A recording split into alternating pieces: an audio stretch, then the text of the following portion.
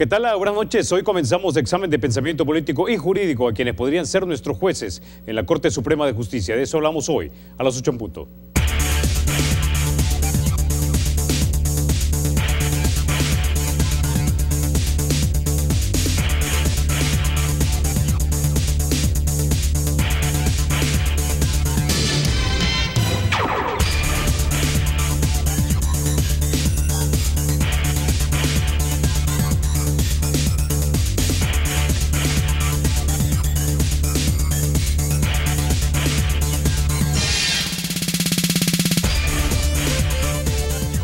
Bueno, los salvadoreños somos solidarios, atrevámonos a creer y juntos derribemos imposibles.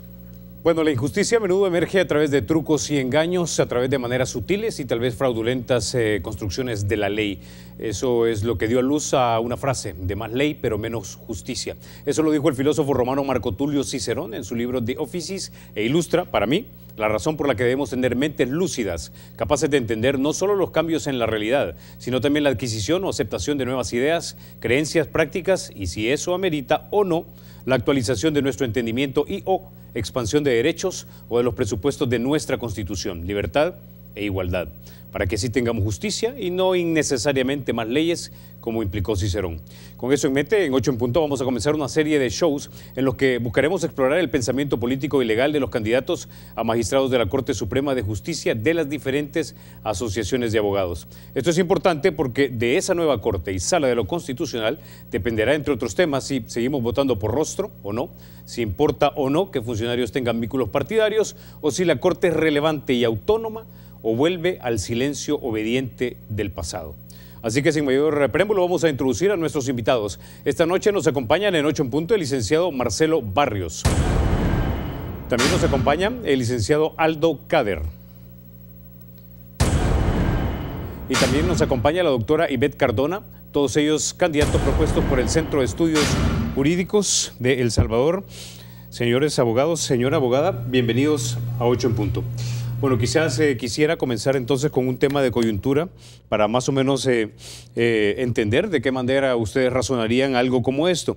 Recientemente se presentó una demanda de inconstitucionalidad ante la Corte Suprema de Justicia por la candidatura del viceministro del gobierno del presidente Sánchez Serén, el señor José Luis Merino. Se han argumentado, entre otras cosas, que él sigue siendo ministro y que hay una prohibición expresa en uno de los artículos de la Constitución que quiero que pongamos en pantalla en este momento. Es el artículo 127, si mal no recuerdo. Ese artículo dice básicamente que no van a poder ser candidatos a diputados el presidente y el vicepresidente de la República, los ministros y los viceministros de Estado. El presidente y los magistrados de la Corte, los funcionarios de los organismos electorales, los militares de alta y en general los funcionarios que ejerzan jurisdicción. Antes de pasar entonces con la primera pregunta, quisiera que escucháramos también lo que dijo el señor viceministro, don José Luis Merino, cuando le preguntaron sobre el tema. Escuchemos. La ley establece que efectivamente yo no puedo estar ejerciendo un cargo público y siendo candidato, ¿verdad? Y lo que en este país se ha estilado, y lo han hecho varios funcionarios, varios compañeros, varios diputados que hoy están en la Asamblea Legislativa, pidieron permiso, se retiraron, no ejercieron, ¿verdad? No desempeñaron el cargo durante los 90 días que la ley exige y nadie en este país dijo nada. Bueno, el hecho de que antes no se haya dicho nada no quiere decir que lo que se hizo antes sea correcto y que por lo tanto lo debamos seguir en este momento. Ahora, pero mi pregunta, señor Aldo Cader, si ya vimos el artículo de la Constitución que es bastante claro, el hecho de que alguien pida permiso, mediando un juicio que se toma, no un juicio, perdón, un juramento que te lo hace el presidente de la República sobre la Constitución, sobre ostentar el cargo, el pedir permiso te hace ya no ostentar el cargo y por lo tanto ya no responder a ese juramento que te hizo el presidente de la República. Bueno, en este caso yo quisiera tal vez responder partiendo de que ese artículo que se ha citado de la Constitución contempla conceptos jurídicos indeterminados y entonces en realidad no es que la cosa sea tan clara o bastante clara. Ahí habla de haberse desempeñado en el cargo. Entonces aquí la clave de este asunto es la interpretación constitucional que se vaya a dar a ese término jurídico indeterminado, que qué implica desempeñarse en el cargo. Entonces, claro, para los demandantes de este amparo implica determinadas cosas, y para, en este caso, los afectados, como vimos en la declaración, implica otras cosas o otros alcances. Entonces ahí está la clave de este asunto en cuanto a la labor de la jurisprudencia constitucional y de la interpretación del máximo órgano la judicial que tenemos, la máxima judicatura de la Sala de lo Constitucional, de darle contenido a ese término y interpretar qué va a entender por haberse desempeñado en el cargo.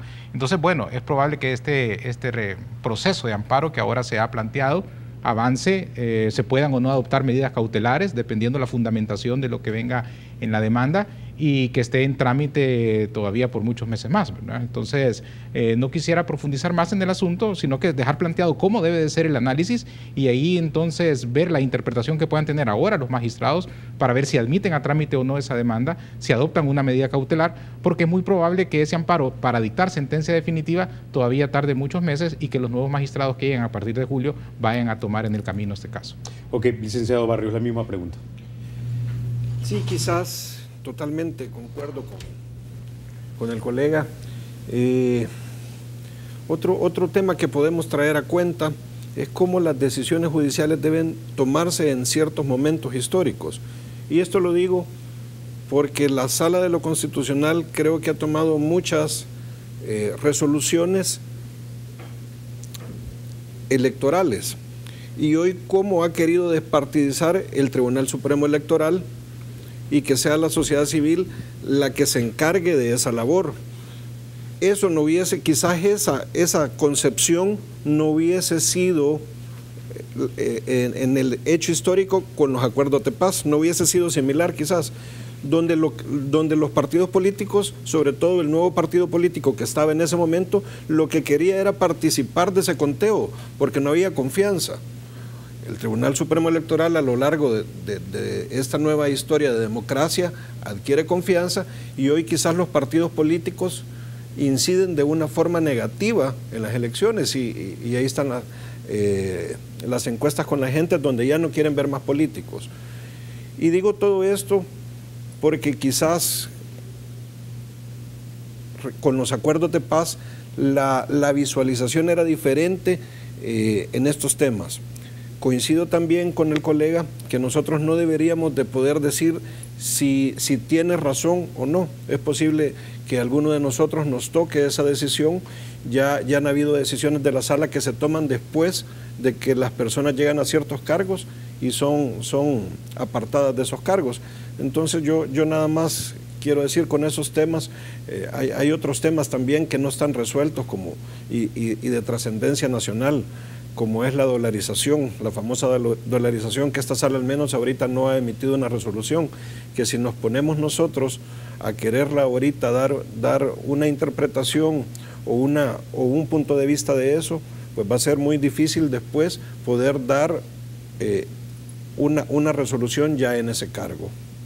Ahora, doctora Cardona, esto de repente es lo que le resulta bastante frustrante a mucha gente que nos ve en casa, que dice, bueno, si el artículo de la Constitución está tan claro, ¿cómo es posible que un par de candidatos a magistrados de la Corte Suprema de Justicia dicen que de repente eso hay que interpretarlo? Es lo que no entiende la gente. Hay una cosa que es la verdad legal o la razón legal o lo que entendemos legalmente versus lo que la gente entiende ordinariamente como algo real o un razonamiento válido. Sí, bueno, la cuestión en este caso es que la verdad jurídica la emite el tribunal, en este caso el máximo tribunal de justicia en materia constitucional. Se ha planteado, como ya lo vimos, una demanda de amparo por este tema del candidato a diputado siendo funcionario público, y será la Sala de lo Constitucional la que decida esa verdad jurídica.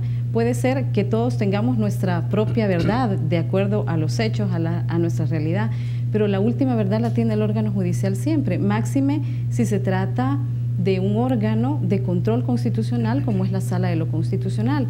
A la Sala se le da la oportunidad que diga cuál es esa verdad jurídica a través de una pretensión, de una demanda donde están expuestos hechos, argumentos jurídicos, y la sala tomará esos hechos y esos argumentos jurídicos para determinar qué se entiende por el término que está plasmado en ese artículo. Si es necesario pedir permiso o si es necesario apartarse del cargo para iniciar una campaña electoral para optar a ese cargo. Es la sala la que decide y la sala es la que tiene la última palabra en estos casos. Ok, no recuerdo cuál es el término, digamos, jurídico en este momento, pero usted reconoce entonces que la Sala de lo Constitucional es el máximo tribunal, el que dice qué es la ley sobre los territorios de El Salvador. No hay nadie encima de ni siquiera, digamos, una Corte Interamericana de Derechos Humanos, por ejemplo. Sí, hay una Corte Interamericana de Derechos Humanos y el país, el Estado ha reconocido la jurisdicción de la Corte Interamericana de Derechos Humanos y de la Comisión Interamericana. Pero hay que entender que nuestro máximo tribunal, nuestro máximo órgano de justicia es la Corte Suprema de Justicia, dividido en 4 salas, cada una de las salas con sus respectivas competencias. Establece la Constitución y la ley que estas son contraloras de su propia jurisdicción en el más alto nivel, y ahí encontramos la Sala de lo Constitucional como contralor de la constitucionalidad exclusivamente. Incluso la sala puede ejercer control de las decisiones de las otras salas solo y exclusivamente en materia constitucional. En materia de legalidad no. Por ejemplo, la Sala de lo Civil dicta sus resoluciones en el último grado de conocimiento en materia de legalidad. La Sala de lo Contencioso igual, la Sala de lo Penal igual. Pero si hay una violación constitucional cometida por estas salas, la Sala de lo Constitucional finalmente resuelve solo ese aspecto constitucional, no entra a toda la legalidad. Ok, ahora ya que hablamos de esa cualidad o de esa actividad o de esa función que tiene la Corte Suprema de Justicia, que es de ser uno de los balances y contrapesos de la actividad del Estado, recientemente también el señor José Luis Merino habló acerca de, no sé si en alguna especie de exabrupto, acerca de las funciones que cumple la Corte y lo que eso le mereció en su opinión. Escuchemos lo que dijo. Tienen miedo de los resultados electorales y toman la decisión de buscar golpear. Y por supuesto yo quiero decir que efectivamente hay órganos que deben de administrar la justicia, que por supuesto los salvadoreños los estamos viendo, ¿verdad? Los estamos viendo y vamos por supuesto a tener opinión sobre lo que hagan y cómo administran la justicia en nuestro país. Ok, ahora, en el pasado hay que sumar una declaración que dicen que hay que tener en la mira al órgano judicial. ¿Usted cree que el órgano judicial debe estar siendo sometido a la aprobación o desaprobación, digamos, en términos vinculantes de parte de los otros órganos de Estado? O como ya lo mencionó anteriormente la doctora Cardona, cuando se trata de la ley y la interpretación en estas diferentes 4 áreas del derecho, es la Corte la que decide, punto. Bueno, yo creo que en efecto, a nivel jurisdiccional, lo que establezca una de las salas de la Corte es la decisión máxima que se puede tomar en nuestro país. Pero, por otro lado, está el que la ciudadanía, el gremio de abogados, el que un funcionario público pueda no estar de acuerdo con esa decisión y expresar los fundamentos por los cuales no está de acuerdo con una decisión, en este caso de la Sala de lo Constitucional, y eso me parece que es válido y es bueno en nuestro país, que se comenten, que se discutan las decisiones. Aquí cabe recordar que en el año de 1996 se creó el Centro de Jurisprudencia, precisamente para dar a conocer a la población las decisiones de la Sala de lo Constitucional. Ahí arrancó todo. Antes de ese año las decisiones no se podían conocer, eran como secretas. Un ciudadano, los medios de comunicación no podían tener acceso a qué se había resuelto en un determinado caso y conocer el contenido íntegro de la sentencia. Ahora eso ya lo podemos hacer. Se encuentran en los sitios web de la misma Corte Suprema las resoluciones y entonces todos estamos legitimados para poderlas analizar y emitir nuestra opinión y decir si estamos de acuerdo o no estamos de acuerdo con lo que ha dicho el máximo Tribunal de Justicia. Y que en los procesos, acuérdense que siempre, cuando se dicte una sentencia, va a estar contento al que le favorece. Y si ese es el demandado, va a estar contento. Y si al revés es el demandante, va a estar contento. Entonces siempre una resolución judicial per se, es decir, por sí misma, va a generar controversia porque le va a gustar a unos y le va a perjudicar y no le va a gustar a otros. Ok, con eso ya vamos a la pausa y ya volvemos.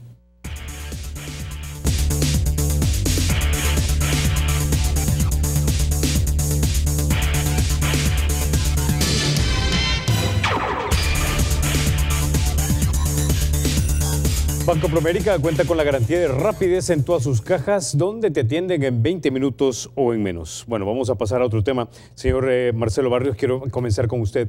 Se ha propuesto recientemente que se quiera reformar la Constitución de tal manera de que los jueces de la Corte Suprema de Justicia sean electos por voto popular.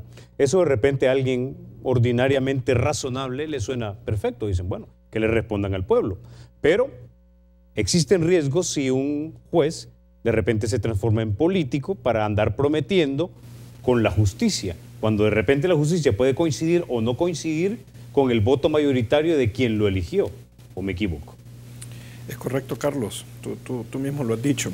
Hay una razón de ser por la cual tenemos este sistema, que haya un órgano ejecutivo elegido democráticamente, diputados correspondiente al órgano legislativo, también elegidos democráticamente, y vemos a una Corte Suprema de Justicia elegido por los diputados.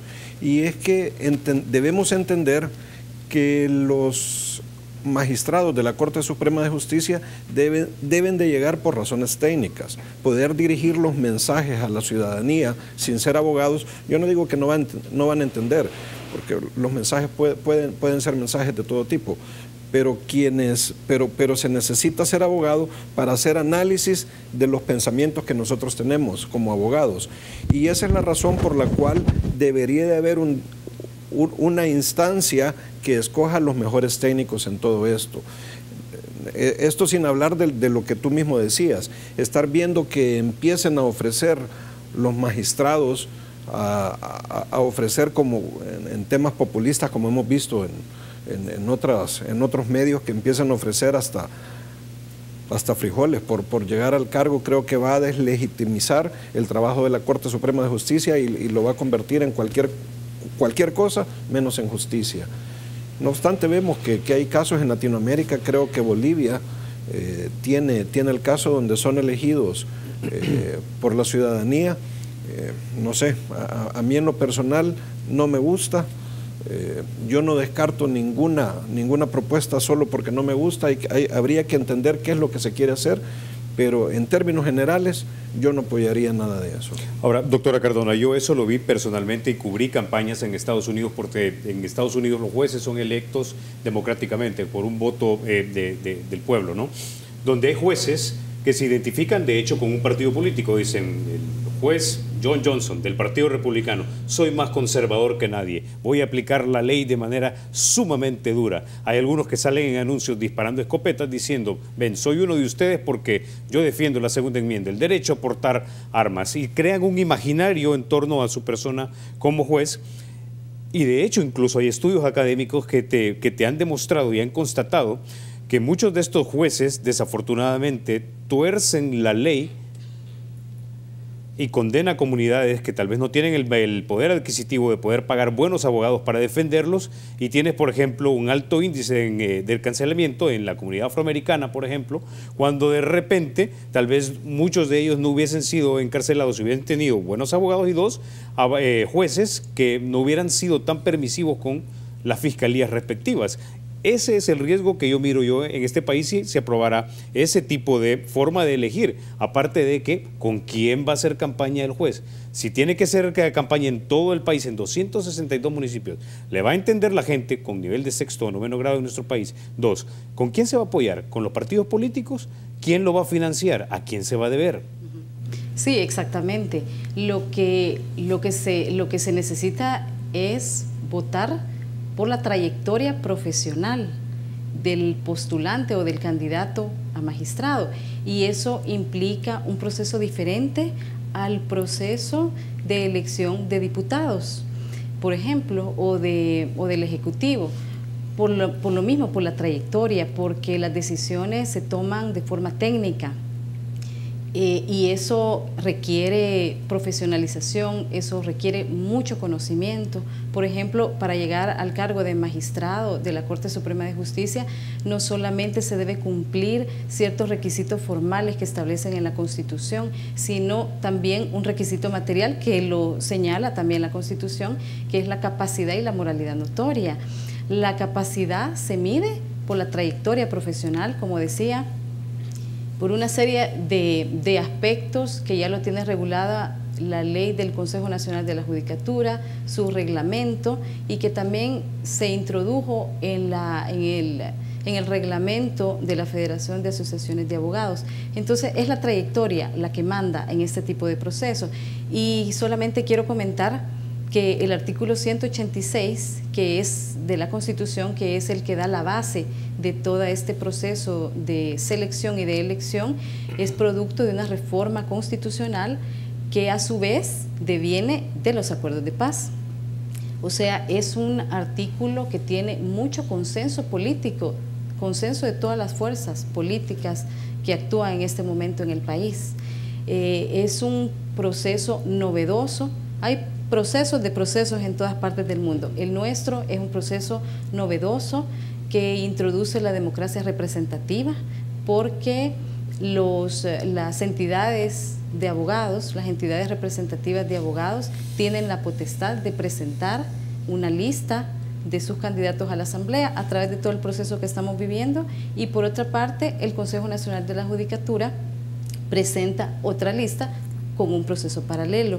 Por tanto, vemos la democracia representativa. Hay legitimidad democrática indirecta en el momento de la elección de los magistrados de la Corte Suprema de Justicia a través de los representantes directos del pueblo. Por tanto, no podemos dudar de la legitimidad democrática de este tipo de elección. Ok, ahora, licenciado Kader, hay que contarle a la gente que antes esto no era así. Antes el presidente de la República nombraba a los magistrados de la Corte Suprema de Justicia, ¿no? Sí, y en efecto antes habían un par de cosas muy distintas a lo que hay hoy. De repente la Judicatura de Paz podía ser también ejercida por alguien que no era abogado. Yo creo que en muchos aspectos del derecho hay algunos aspectos que nos pueden llegar a gustar más o a gustar menos. Tal vez no sea una aberración jurídica, como decimos los abogados, un disparate pensar en eso, pero es muy peligroso, creo yo. Yo no lo miro que sea lo más óptimo, por lo que han comentado los compañeros y porque eso, como usted también mencionaba en los ejemplos de Estados Unidos, que ahí lo tiene, como usted bien lo hacía, países también como Bolivia mantienen esto para asegurar que jueces que vayan en favor de algunas etnias indígenas puedan llegar y entonces tener criterios en pro de estas etnias o de estas minorías, pero es peligroso porque precisamente llegan con algún compromiso a ser jueces, y ese es el problema, que entonces vamos a empezar a ver jueces no tan independientes, sino que jueces comprometidos con lo que han hecho en toda esta campaña. Entonces, si bien es cierto que pudiera llegar a darse, y en el caso de El Salvador una constituyente pudiera reformar la Constitución y establecer ese mecanismo, pues no es, como digo yo, una cuestión antijurídica per se, es decir, por sí misma, que eso sea algo contrario a derecho, porque vemos países como Estados Unidos, vuelvo a los ejemplos, Bolivia, que lo tienen, pero yo lo veo peligroso, porque sobre todo magistrados, en nuestro caso, de Sala de lo Constitucional, van a llegar a resolver aspectos que tienen mucho que ver con la ejecución de las políticas del Estado. No van a llegar a resolver divorcios, juicios ejecutivos, problemas posesorios. Van a llegar a resolver sobre políticas estatales, actos de la administración pública. Van a llegar a controlar aspectos de gran magnitud en nuestro país, como podrían ser aspectos financieros, aspectos bancarios, aspectos económicos. Y entonces es peligroso que en el caso de los magistrados lleguen precisamente jueces que se hayan comprometido con determinados sectores en una campaña de esa naturaleza. No solo compromiso, ve entonces usted el peligro de popularidad sobre capacidad, honestidad y autonomía. Eso definitivamente también, porque de repente se puede escoger a un magistrado porque le cayó bien a la población y sus atestados completamente nos digan que no es una persona apta para el cargo. Y en este caso el espíritu de la Constitución está en que a las magistraturas puedan llegar funcionarios, en este caso jueces, con una alta calidad, una alta preparación y un profesionalismo por encima del resto de jueces de toda la judicatura y que sobresalgan en todo el gremio de abogados. Entonces lo que usted dice es correcto. Con eso ya nos vamos a la pausa y ya volvemos.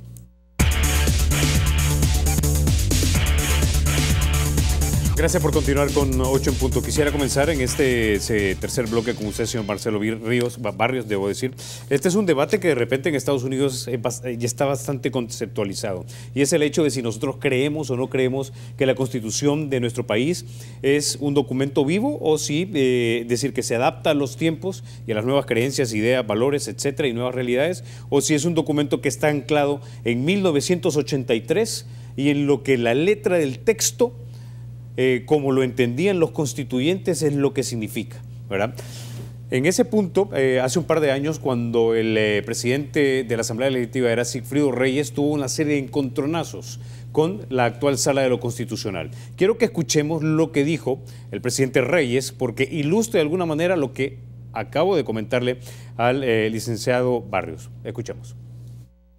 El retorcimiento de la justicia está llegando a niveles increíbles en El Salvador.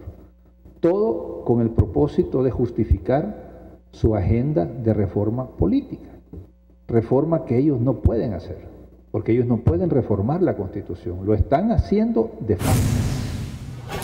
Activismo judicial, le dicen. Básicamente, torcer, digamos, o no sé si decir torcer o no ser honesto intelectualmente a la hora de razonar jurídicamente sobre un tema, sino básicamente torcerlo dependiendo de la agenda política del momento del partido que de repente me nominó. La pregunta es, ¿usted cree que la Constitución debe adaptarse a los nuevos tiempos o debemos respetar lo que se pensaba, significaban las palabras cuando se aprobaron allá en 1983? Vamos a ver, Carlos. A nadie le gusta que le revisen la plana, y mucho menos cuando nunca se la habían revisado. Y yo creo que eso es lo que están sintiendo los partidos. Y no es que hasta hoy funcione la sala, porque desde hace mucho hemos visto algunas resoluciones, pero lo que pasa es que hoy la sala ha emitido resoluciones que vienen a garantizarnos que los pesos y contrapesos funcionen, y ha emitido resoluciones en contra de la Asamblea Legislativa, bueno, no en contra, así que no frenando lo que podrían ser abusos de la Asamblea Legislativa, y ahí vemos cómo hay decisiones o resoluciones hasta de apartar a los diputados sustitutos, e inclusive hay resoluciones en contra del órgano ejecutivo donde vemos que se ha metido en temas de la partida secreta y de cómo funciona todo el tema de presupuesto. La Constitución debe respetarse, y yo creo que la sala no es su trabajo y no lo ha hecho reformarla. Si lo hablamos técnicamente, la sala no puede reformar una Constitución. Para eso hay mecanismos, que es a través de la Asamblea Legislativa.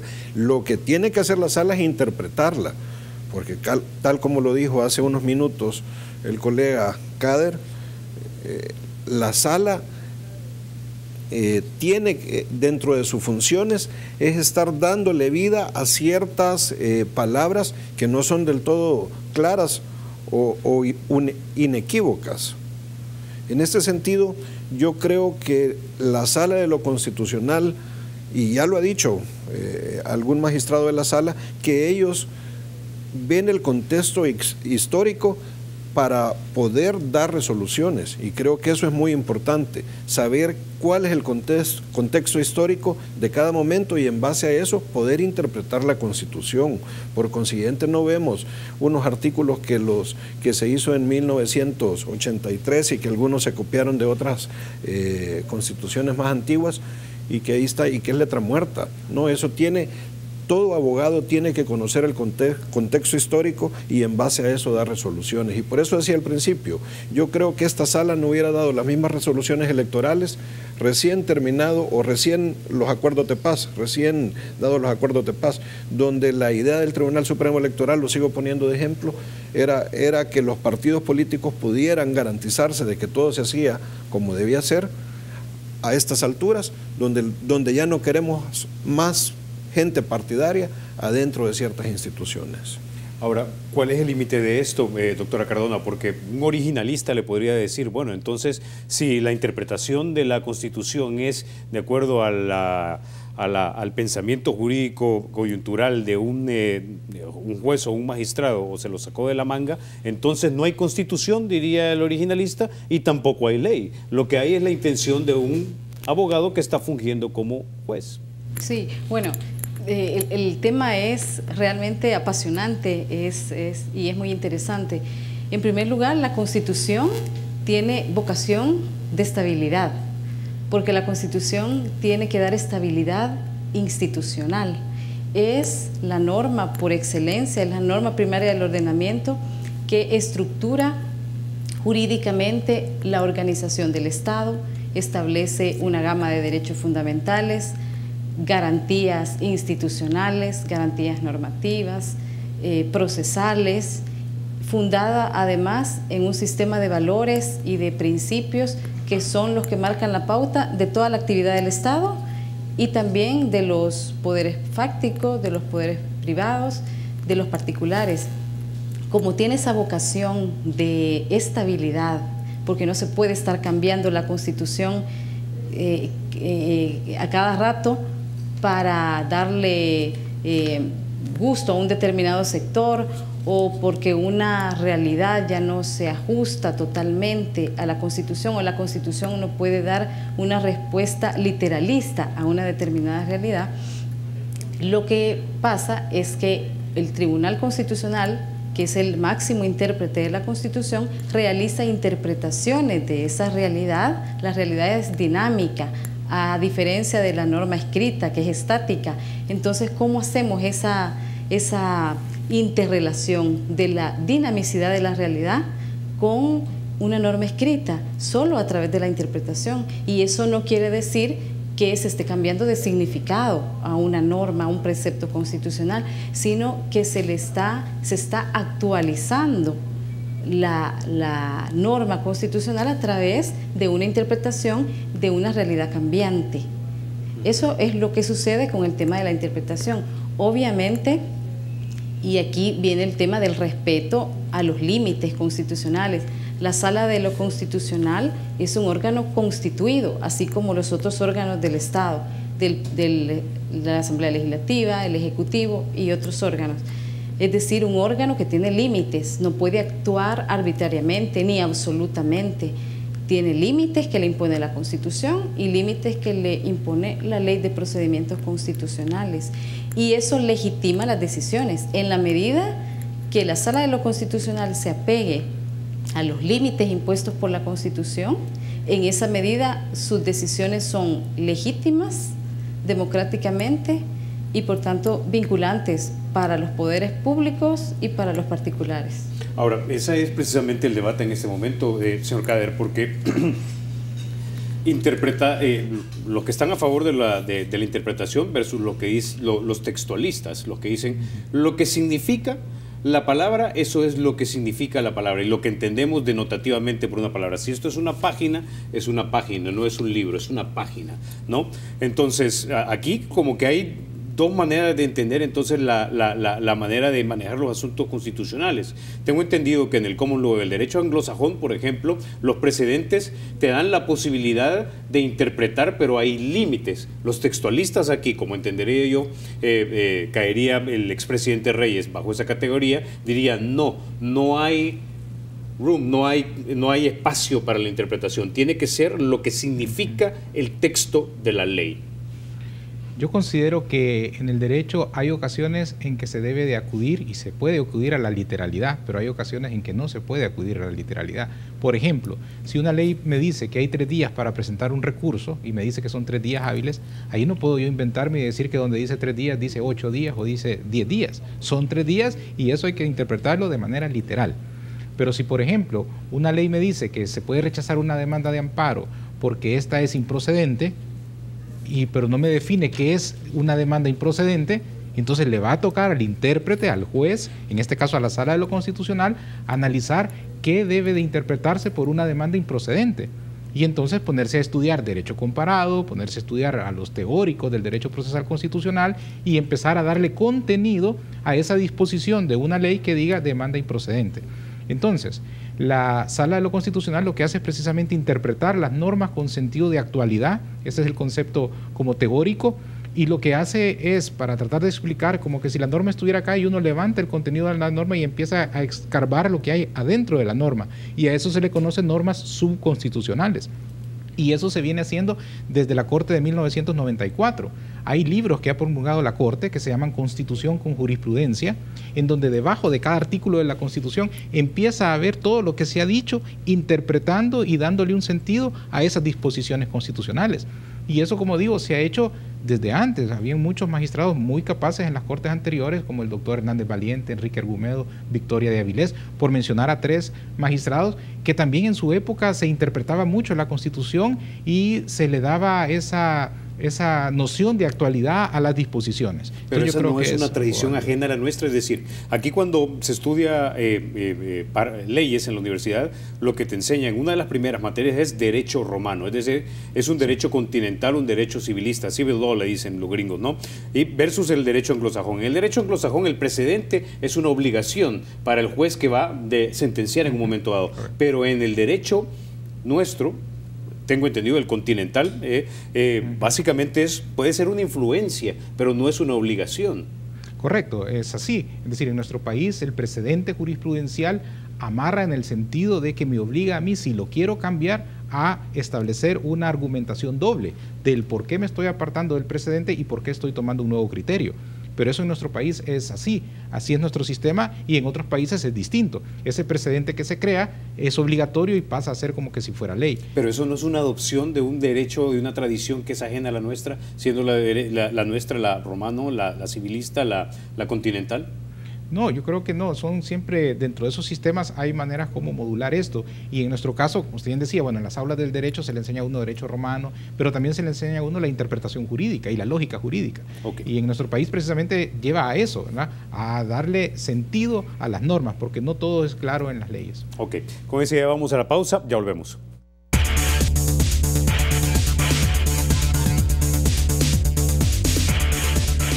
Gracias por continuar con 8 en punto. Vamos a hablar ahora de este tema que es muy importante también, de hecho. Lo voy a decir inicialmente en latín, a ver si lo pronuncio bien. Stare decisis et non quieta movere. Que básicamente, para usted que está en casa y no lo entiende, es básicamente defender lo que ya se decidió jurídicamente, ¿verdad? Y no perturbar lo que ya ha estado decidido. Esto es importante porque hay decisiones que se han tomado a lo largo de los pasados 9 años. Entre ellos, por ejemplo, la despartidización de los funcionarios de segundo grado, el voto por rostro, entre otros. ¿Cuál es la posición que usted tiene, por ejemplo, como juez o como posible juez de la Corte Suprema de Justicia cuando se trata de casos que ya fueron decididos? Gracias por la oportunidad, Carlos. Creo que ese tema es muy interesante y creo que a la sociedad también le va a impactar. Yo creo que ya estamos viendo entre todos los aspirantes que hay 2 grupos bien marcados. Yo no digo que todos estemos en los 2 grupos, pero sí podemos ver 2 grupos bien marcados. Un grupo de aspirantes a este cargo que están diciendo, miren, el tema de que no sean partidarios en algunas instituciones, como que eso no es tan así, y el día que nosotros lleguemos quizás vamos a quitar todo eso. Ese término, estarse a la decisión, stare decisis, como que ellos van por otro lado, no solo en despartidizar, en volver a partidizar ciertas instituciones, sino hasta se puede ver alguna línea ideológica y partidaria. Al menos tu servidor viene de la sociedad civil y yo aplaudo, tal vez no comparto del todo algunas resoluciones que ha dado esta sala, aplaudo que se ha tomado con mucha independencia, aplaudo todo lo que ha sido para despartidizar, para que sirvan los frenos y contrapesos. En ese sentido, si la población, sobre todo los abogados que son los que vamos a votar este 10 de marzo, me dan oportunidad de continuar el siguiente paso, lo que yo llevo como meta es trabajar mucho en pro de la despartidización de todas las instituciones. No vamos a hablar de despartidizar la Asamblea Legislativa, donde tienen que haber políticos, pero si hay en aquellas instituciones que tienen que ser los que frenan los abusos que puede tener el Ejecutivo o el Legislativo, tienen que estar despartidizados, y sobre todo apartarme de líneas ideológicas partidarias. Por cuestión de tiempo, licenciado Barrios, ¿cuál es el número de su casilla? La gente me puede encontrar el 10 de marzo, que esperamos que acudan todos los abogados, en la casilla número 1. Ok. Doctora Cardona, la misma pregunta. Sí, bueno, en términos más sencillos de los que dijiste, vinculación al precedente. Esto es parte de la seguridad jurídica, y la seguridad jurídica es un principio, es un valor y es un derecho. Por tanto, un juez está vinculado a su precedente, pero un juez nuevo también está vinculado al precedente que ya sentó el tribunal o la conformación anterior del tribunal. Por tanto, por seguridad jurídica se debe respetar ese antecedente, ese precedente que vincula, que es vinculante para el poder público, vinculante para los poderes privados y por supuesto la jurisprudencia no es pétrea. Se puede, por supuesto, hacer los cambios respectivos siempre y cuando se plantee el caso concreto, se argumente en favor del cambio y, por supuesto, exista una valoración, una ponderación, una reflexión sobre un determinado cambio para que el cambio no sea arbitrario, sino siempre volviendo a los límites que establece la Constitución. Ok. Para los abogados que nos están viendo en este momento, ¿qué número de casilla? Número de casilla 6 y también, en mi caso, si me dan la confianza, tanto los abogados en este proceso como si sigo, mi compromiso es con la justicia constitucional, con la sociedad y con el Estado de Derecho. Ok. Licenciado Cader tiene la última palabra. Gracias. Sí, con relación a este principio de estarse a lo decidido previamente, hay que decir que es una garantía que tiene el justiciable de que las decisiones de un tribunal no se van a variar de la noche a la mañana sin explicar el por qué se han variado. Es decir, si un juzgado ha resuelto en sentido blanco, que de repente vaya a resolver en sentido negro sin decir qué pasó con el criterio anterior, sino que tiene que explicar el por qué se está apartando de ese criterio que ya tenía y por qué ahora va a resolver de esta manera. Por eso yo siempre digo que es más difícil y hay que hacer una doble motivación, pero es posible. Como bien mencionaba mi colega Ivette, la jurisprudencia, las decisiones no son pétreas. No quiere decir que ya se adoptó una determinada decisión y que ahí se va a quedar establecida. En mi caso, yo creo de si tuviera el voto del gremio y llegara a la elección de la Asamblea y la Asamblea me eligiera, hay que revisar los precedentes jurisprudenciales con una responsabilidad absoluta, total, alta, de ver qué es lo que se ha hecho, por qué se hizo. Y si en dado caso la ciudadanía presenta una demanda en términos similares a lo que esta sala o anteriores salas ha resuelto, entonces ahí entrar a hacer la revisión de si eso que ha resuelto un anterior tribunal está apegado o no a la Constitución de acuerdo al criterio que uno pueda tener. Entonces yo creo que eso es lo importante, ¿verdad? Manifestar que sí es posible, que hay que fundamentarlo porque es una garantía que se tiene de no cambiar de la noche a la mañana un criterio solo porque a mí se me ocurrió, sino que tengo que explicar el por qué estoy haciendo ese cambio. Ok, con ese ya nos vamos a quedar entonces, licenciado Cader, doctora Cardona, licenciado Barrios, gracias por haber estado esta noche aquí en 8 en Punto. Bueno, ustedes amigos quedan entonces con Olimpia 33 Todo Deportes. Soy Carlos Toledo, gracias por vernos. Bueno, me dicen que es sin superviso. Mis amigas de Sin Superviso están a continuación, ya se encuentran listas para hablar también de los temas de la República. Y precisamente con ese compromiso regresamos este próximo lunes. El lunes vamos a estar acá hablando de los temas de la República. Buenas noches.